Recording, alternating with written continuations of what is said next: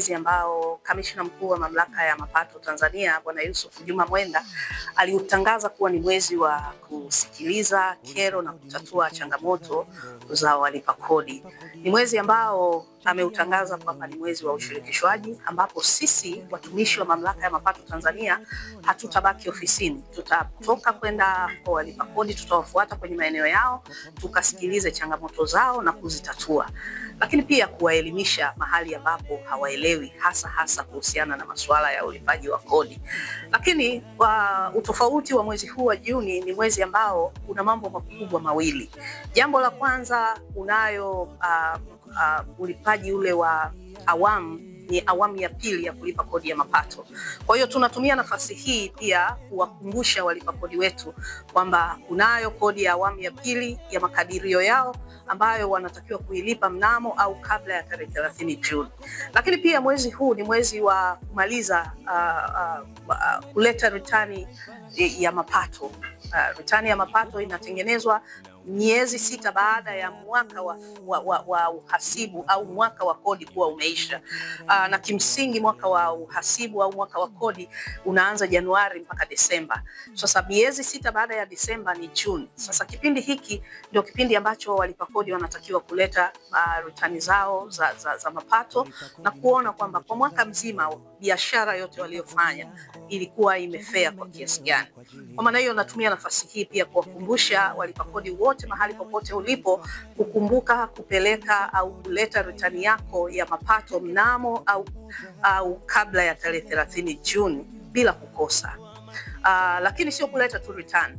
Ritani kama itakuwa imeambatana na malipo, basi kufanya malipo yako kwa wakati. Lakini sio hilo tu, mwezi huu pia tunakumbushia kulipa kodi zingine zote kama ambavyo zinatakiwa kulipwa. Lakini tutakuwa na timu zetu ambazo zitakuwa zikipita mtaani, ambazo ni maarufu kama mlango kwa mlango.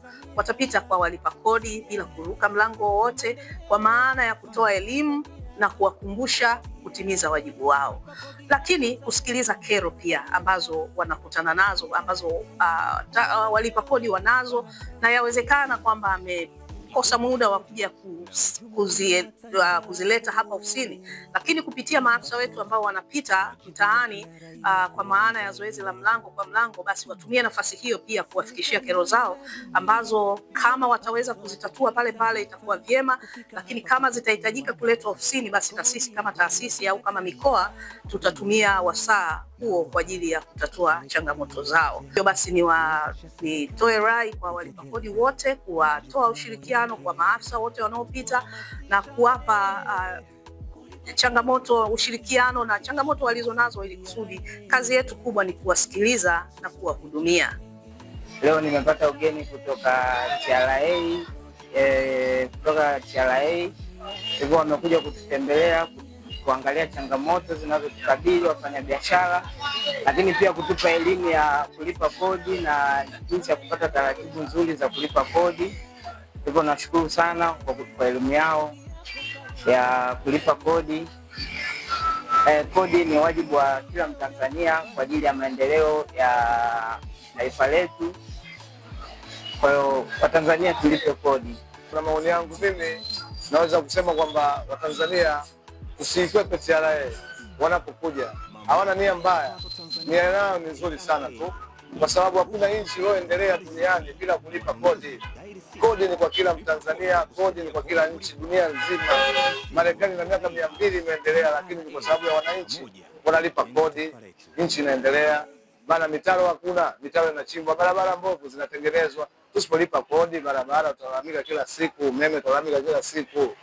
Mamlaka ya Mapato Tanzania TRA inawakumbusha wauzaji kutoa risiti na wanunuzi kudai risiti. Kulipa kodi na kusaidia kodi kulipwa ni wajibu wa msingi wa kila raia. TRA, pamoja tunajenga taifa letu. TRA.